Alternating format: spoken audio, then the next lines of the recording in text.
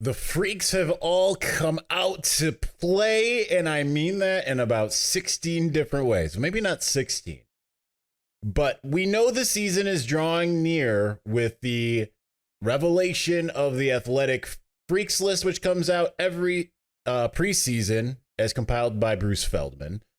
But there's also all the freaks that are out there that are having their reactions to everything that's happened since Sunday afternoon. We're going to get into all of that, some of the pushback, but yeah, that's it. We're going to do that on this episode of Locked On Wolverines.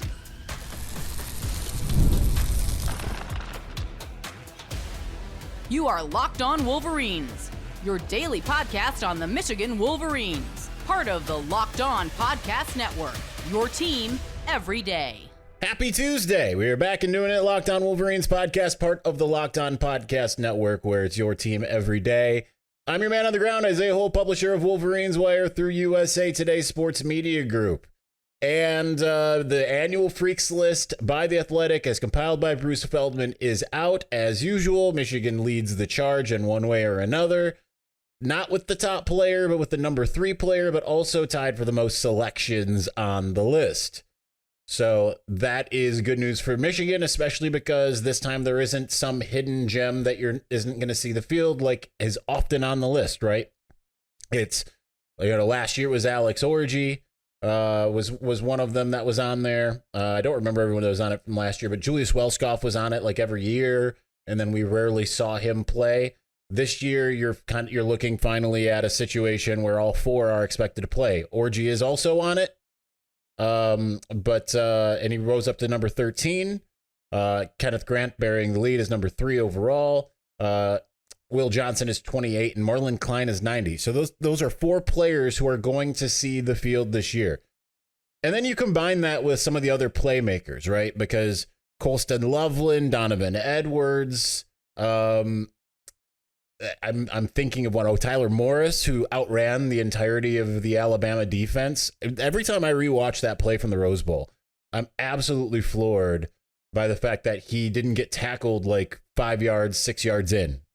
So lots of interesting stuff coming from the Freaks list as far as like kind of the evaluative parts.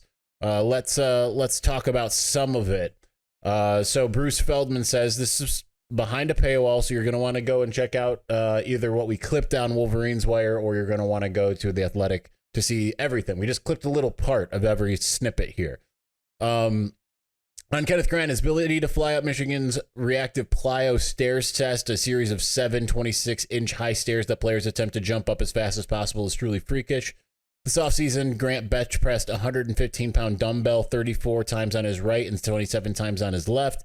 He vertical jumped 29 inches and did a Turkish get up with a 150-pound dumbbell. That sounds awfully Chris Jenkins-esque in a lot of ways with the Turkish dumbbell. Obviously, I don't remember what Jenkins did. It was something around there, but obviously we all think of the fact that he was able to run down Katron Allen in the open field, which is still like one of the craziest things that I've ever seen in football. I just wish I had a better vantage point in person because I was behind the line in the end zone, so I didn't really see the good camera angle type that you saw. Alex Orji will have a role on this team regardless if he's the starter or not. He's mentioned here this summer he vertical jumped 41 inches, broad jumped 10.7, clocked a 6.62 3-cone drill time, and ran 4.06 seconds in the pro agility shuffle.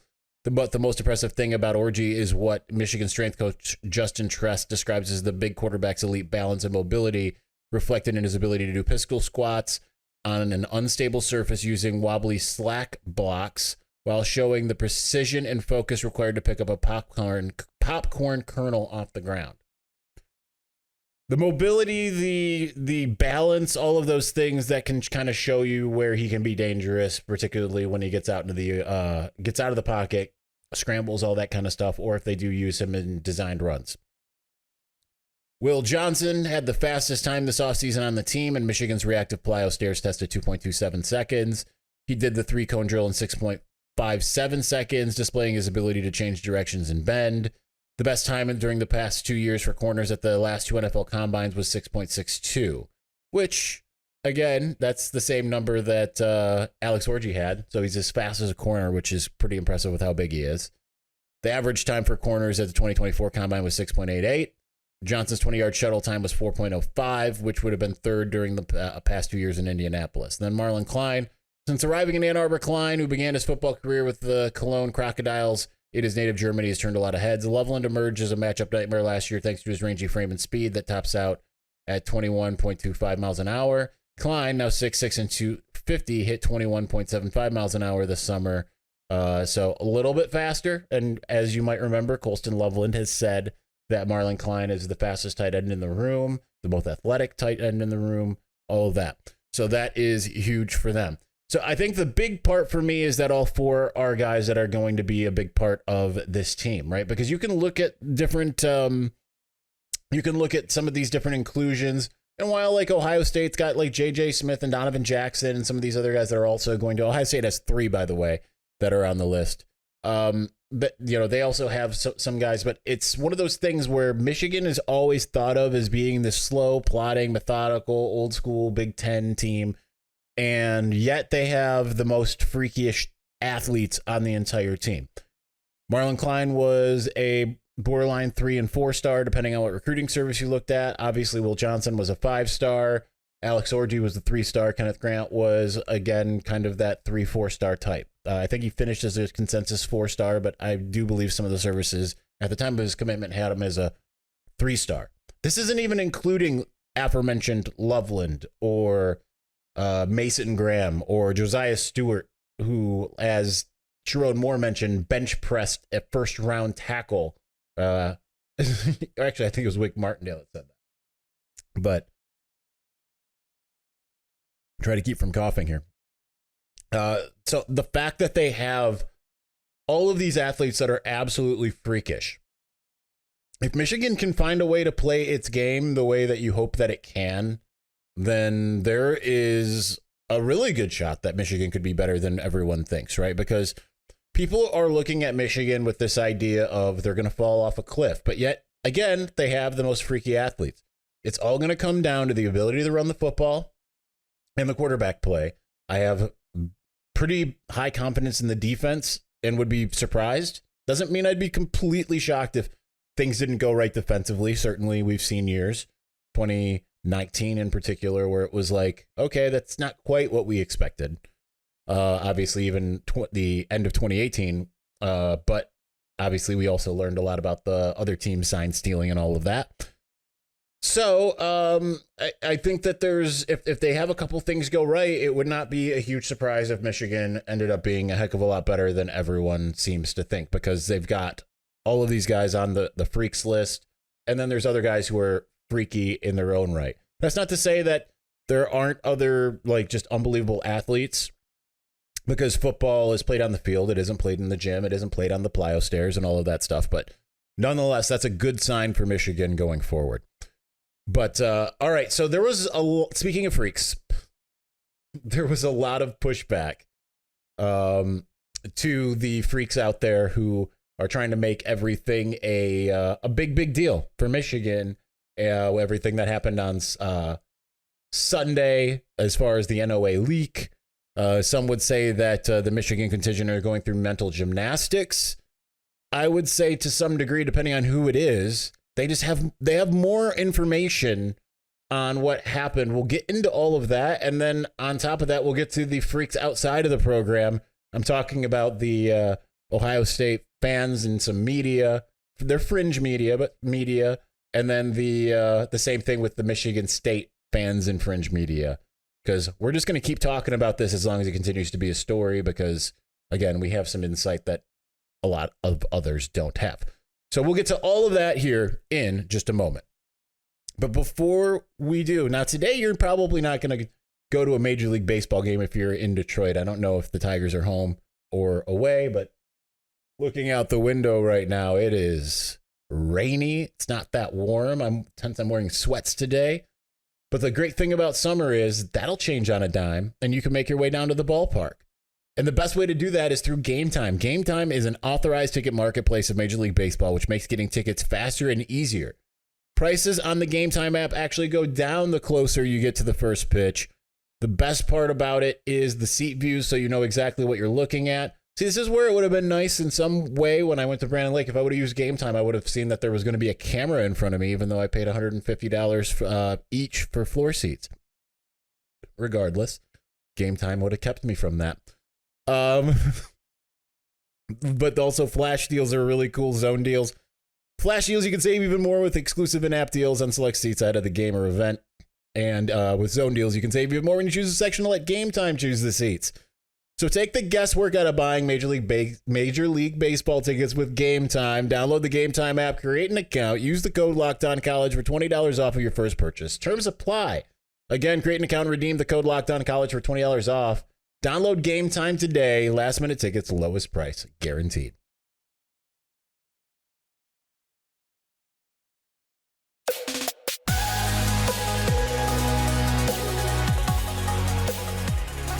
All right, let's continue on. I thought in an ideal world for this show, we'd talk about the ridiculous pushback from the rivals and then get to the responses. I want to get to the responses because there's a lot more breadth here.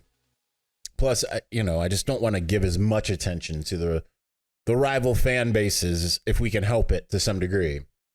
So I've highlighted 4 people. One of them is a little-known former head coach of the University of Michigan who's currently the head coach of the Los Angeles Chargers. That's Jim Harbaugh. Got Adam Schefter at ESPN. Obviously, we talked yesterday about the Pete Thamel and Paul Feinbaum pushback. But we're going with Shefty today.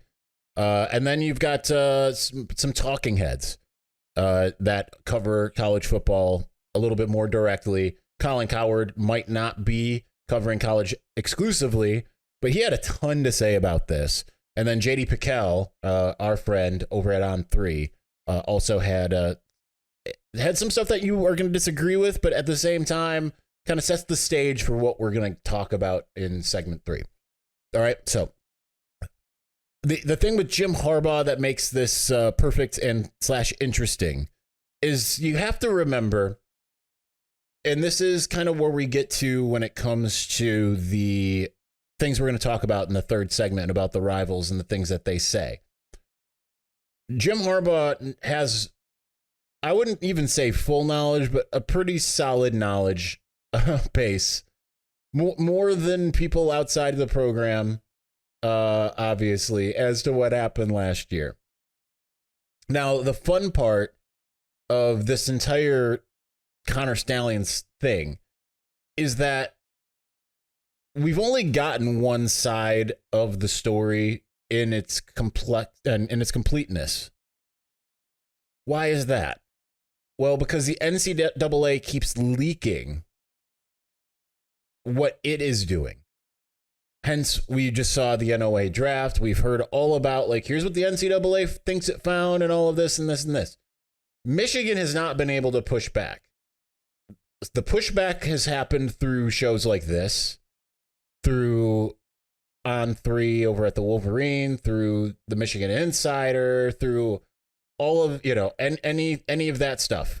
That's where Michigan's been able to push back because it's essentially, like I've talked about, the NCAA thinking it's the United States Congress. In some ways, it's kind of like a cartel, is that it squashes competition in terms of the narrative. But Michigan's been essentially under a gag order, right? Michigan can't just come out and be like, here's what we know, and here's what it is. And because of that, it's in a situation where it sounds like it's like trying to spin the narrative or make excuses. No, the narrative is already being spun because the NCAA is leaked not only through Pete Thamel, but through the Washington Post, through other outlets, obviously, that have come out with things. Yahoo had some things early. SI had some things early. All of this stuff was being leaked by the NCAA and forming the narrative that Michigan has had to combat, right? So Jim Harbaugh, though he has had some moments where he said we're innocent, he spoke a little bit more about it, but again, still didn't get into the specifics. while at a Chargers press conference. He said, "I do have a comment on it. Never lie, never cheat, never steal. I was raised with that lesson. I've raised my family with that lesson. I've preached that lesson to the teams that I've coached. No one's perfect. If you stumble, you apologize and you make it right. Today, I do not apologize. I did not participate, was not aware, nor complicit in said allegation. So for me, it's back to work and attacking with an enthusiasm unknown to mankind." Now, some have made the argument that, hey, you're the head coach, you're supposed to know everything. He made a comment back, I think, when he was with either the 49ers or Stanford, that you should have full awareness of what's going on in your program. If you want to make that argument, I won't begrudge you that. But people are acting like this is a tone-deaf thing for him to say, and these types of things. And again, like I'd like to remind you, a large part of that is because people believe that Harbaugh directed this. Look no further to Stuart Mandel over at The Athletic, or my acquaintance, Dan Dockich, who likes to pretend like this is, that everyone involved with the University of Michigan one way or another is a cheater, right? I want to reiterate again, Connor Stalions was the head of the snake. The NOA draft implicates that because, like they mentioned, there's no, they're the only people that knew anything were some interns who were led to believe that this was fully legal, which I'm still not convinced it's not by the word of the letter in the bylaw. Okay. By the way, we're going to intermix in some of the rival stuff because we've got a lot to cover here and we're not going to get to that. But that's where you see a lot of the pushback from the rivals, is this idea that Michigan, from the top down, not only knowingly was knowing and understanding of what Connor Stalions was doing, but orchestrated it. This adds to the next part that you see from a lot of these people out there, the Buckeye and MSU fans, is that they seem to also be with this whole cheating thing. They don't understand what this is, or they're willfully ignorant for the sake of trash talk. Because what this wasn't, as much as they want to say echo what Pete Thamel, who they're now disavowing, said at the beginning of all of this, of this is a cheating scandal that's going to make the Houston Astros look okay. Sign stealing is legal in college football. The method for accruing signs that Connor Stalions used is questionable. It's a gray area. The NCAA might find it illegal. But when you compare that to, everyone seems to not care about the fact that Ohio State, Purdue, and Rutgers are trading Michigan signs around, right?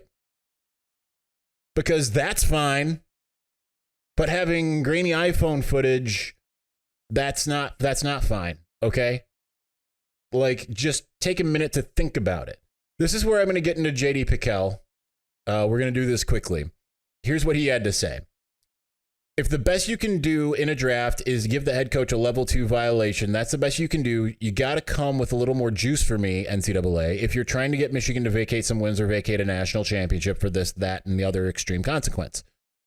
I'm not saying Michigan should not be punished. I'm not saying they did not break the rules. I think we can all agree that is pretty common sense. I don't think it's common sense, again, by the letter of the rule. I think everyone's being spoon-fed, Michigan broke the rules, because that's what the narrative has been. No one's really taking a look at bylaw 1161 and determining for themselves and say, "Whoa, it's in-person scouting and you can't send people and whatever." It didn't say anything about, because that's meant for coaches, that's meant for game day, all of these types of things. At the same time, Michigan didn't send anybody. Connor Stalions sent people that had nothing to do with Michigan, except for a couple times when some interns went, according to the NOA draft. So I disagree with that, but Michigan also in some sense has been punished. The self-imposed suspension of Harbaugh to start the year, that was for a different thing, obviously. The suspension at the end of last year in their most important stretch of the regular season, there has been punishment there. If you want to punish your own more for this whole thing, go right ahead. But if you truly believe in your heart of hearts, Connor Stalions stealing signs illegally and everything they're accusing Michigan of here was the difference maker with how dominant Michigan has been the last couple of years in the Big Ten, and ultimately that national title run, I would say that you're not watching football.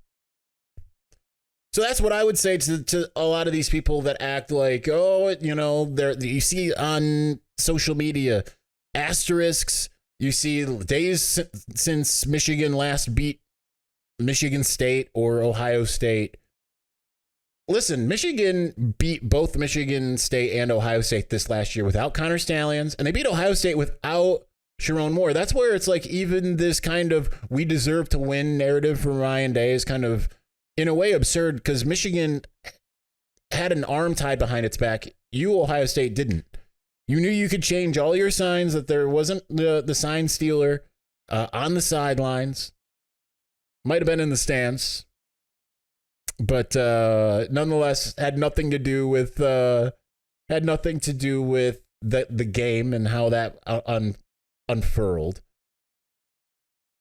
And yet you still came up short. It's sour grapes in so many ways. And again, I understand if the shoe was on the other foot, Michigan fans would be screaming bloody murder for time immemorial. But that's, again, we know more about what's actually happened. And then you sit there and you look at like the Buckeye Scoops of the world who are acting like now I believe he's pushing something about, there's a Vegas scheme. I believe that they're trying to tie that to the Matt Weiss FBI thing, which again has nothing to do with football. I don't know that that's going to come out. I cannot say it here, and I will not say it here, but it has absolutely zero to do with anything football related, and that would include the betting of it all. But again, we're just making up narratives to try to make Michigan look bad because that's just what we do, apparently, over on the other side. Making stuff up. Okay, great. All right, we're going to continue on because I've got two more guys to get to talk about their role here, and then we'll finish out. So we will do that here in just a moment.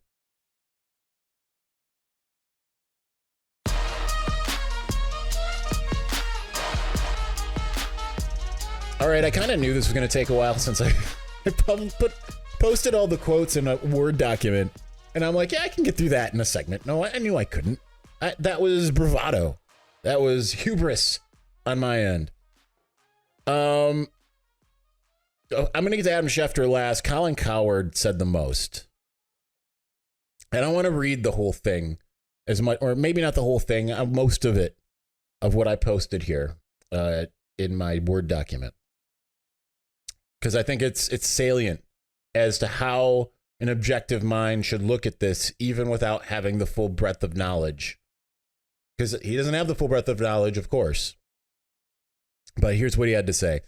The latest controversy, the NCAA, and I defended Michigan all year on this, the NCAA has obtained information that states investigators that have seen that Connor Stalions had impermissibly scouted at least 13 Michigan opponents on 58 occasions, including once when he was on the Michigan State sideline, the season opener, wearing a bench pass in a disguise.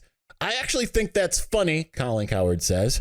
I mean, I worry more about Michigan State security. Some guy walked up with a crooked fake mustache, dark sunglasses on a cloudy day, and gave the name Patio Furniture, and they let him in. I'm not worried about Michigan. I'm worried about Michigan State security team. Come on, my name is Kent Seastraight. Here's your pass. So for the record, everybody, just like the cannabis and sports gambling, everyone's stealing signs. They just do it differently. That is accurate, right? I don't believe that guy in the TV picture is the difference between Michigan and Ohio State. I think it was a better coach, better planning, and more physicality. But you will go ahead and blame the guy in the crooked mustache. But over the last 3 years, the same timeline of the allegations against Michigan and Connor Stalions, over that same timeline, there's not only been an acknowledgement, but a reality of college football that the thing I was told that would earn you the death penalty, buying a high school player, is not only legal, it's encouraged. Baylor football coaches at fall practice this weekend were wearing shirts that said, "We pay players." So I was told for years, I said, everybody's paying everybody. Texas has Lambos out front for recruits. Baylor coaches, we pay players. I was told for years that this was outrageous. And I said, I know programs. I know college athletes. I know guys in the NFL. The stars were getting paid like for years and years. Let's see. Let's skip ahead. So he said, stop trying to sell me outrage. Stop trying to tell me stuff is a stigma. He mentions pot again and everything. And he says, so I'm supposed to believe fake mustache guy on the sidelines is changing outcomes. Come on, man. That's accurate because how weak is your program if one dude one fake mustache boy. I mean, he wasn't wearing a fake mustache, but no, you know what I mean. One fake mustache boy can completely overturn every single thing that you worked all year for. When it comes and how did he do it? It's not like, well, he found a way to infiltrate the locker room, and he was able to do all this stuff.